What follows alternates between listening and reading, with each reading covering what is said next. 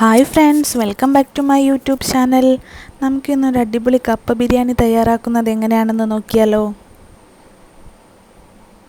ആദ്യം തന്നെ ഞാനിവിടെ കപ്പ ഉപ്പും മഞ്ഞളും ഇട്ട് നന്നായി വേവിച്ച് വെച്ചിട്ടുണ്ട്.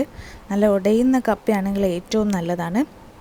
അതേപോലെ ബീഫ്, എല്ല് കൂടിയ ബീഫാണ് എടുത്തിട്ടുള്ളത്. അതിലേക്ക് അല്പം മഞ്ഞൾപ്പൊടിയും കുരുമുളകും ബീഫ് മസാലയും കൂടി ചേർത്ത് വേവിച്ച് മാറ്റി വെച്ചിട്ടുണ്ട്. വേവിച്ച് വെച്ച ബീഫിലേക്ക് നമുക്ക് മാറ്റി വെച്ച കപ്പ കൂടി ചേർത്ത് കൊടുക്കാം.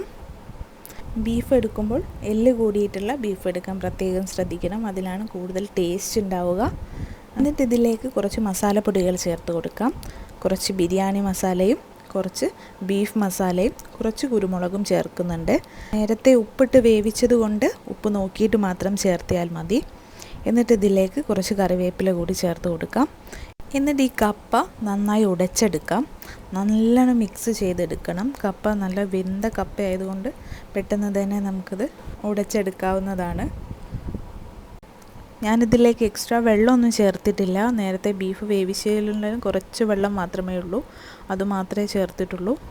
അങ്ങനെ പെട്ടെന്ന് തന്നെ നമ്മുടെ കപ്പ ബിരിയാണി ഇവിടെ റെഡി ആയിട്ടുണ്ട്. എല്ലാവരും വീട്ടിൽ ഇതൊന്ന് ട്രൈ ചെയ്ത് നോക്കണം. മറ്റൊരു വീഡിയോയുമായി കാണാം. ബൈ.